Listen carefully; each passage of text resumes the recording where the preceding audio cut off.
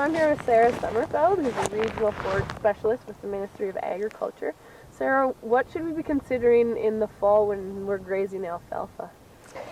So when you're grazing alfalfa in the fall, thoughts may come to mind that a risk of nitrates could occur.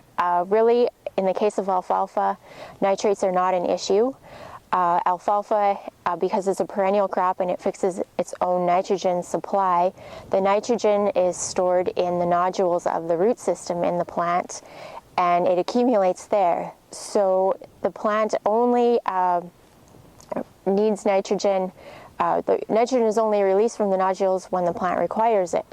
So during the growing season after a frost, the nitrogen remains in the nodules and doesn't accumulate in the plant tissues. A greater concern when you're grazing alfalfa after a frost would be the risk of bloat. A killing frost of -5 is required before animals should be turned out into alfalfa before it's safe to graze.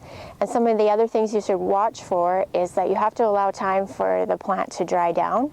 So you should start to look for leaf drying or leaves turning brown, and maybe a small amount of leaf loss before you actually turn the animals out into the alfalfa stand. Some other management techniques that you can use to assist in reducing the risk of bloat are to turn the animals out during midday when the alfalfa stand is maybe partially dried off from morning dew, and to also put some dry feed out there as an alternative feed source for the animals so they're not grazing solely only alfalfa plants. Another risk mitigation strategy would be to graze mixed alfalfa grass stands as well. You're grazing the regrowth on those stands, and it will all depend on the amount of alfalfa and the amount of grass species in those stands. Now, alfalfa regrowth may be more than the grass regrowth, so you have to just kind of watch and make a judgment call on when that field is safe to graze, depending on what the alfalfa looks like after a frost and how much grass is in the stand. So if we have just a little, like a -2 frost, it's not killing frost necessarily, we'll wait? Right. For an alfalfa, you need a -5 frost, so you should wait.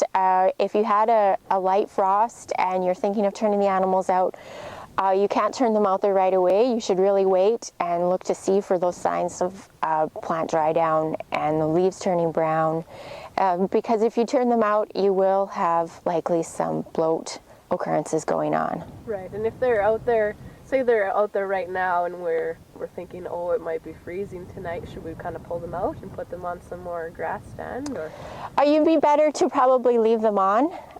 When you can also run into bloat issues if you're constantly pulling animals in and out of a situation where they can bloat.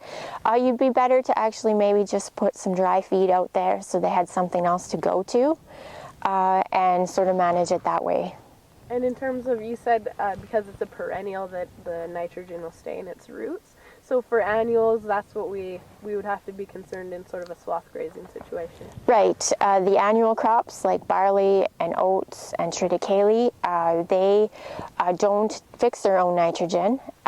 So you have to be aware that they will accumulate those nitrates in the plant tissues, which is really what we're concerned with. So the best strategy to mitigate the risk of nitrates is to cut those plants before a frost. So if there's a frost warning coming, if you can get out there, or to get out there the very next day before the nitrate levels can accumulate to above a safe level. Awesome. Well, thank you very much. You're welcome.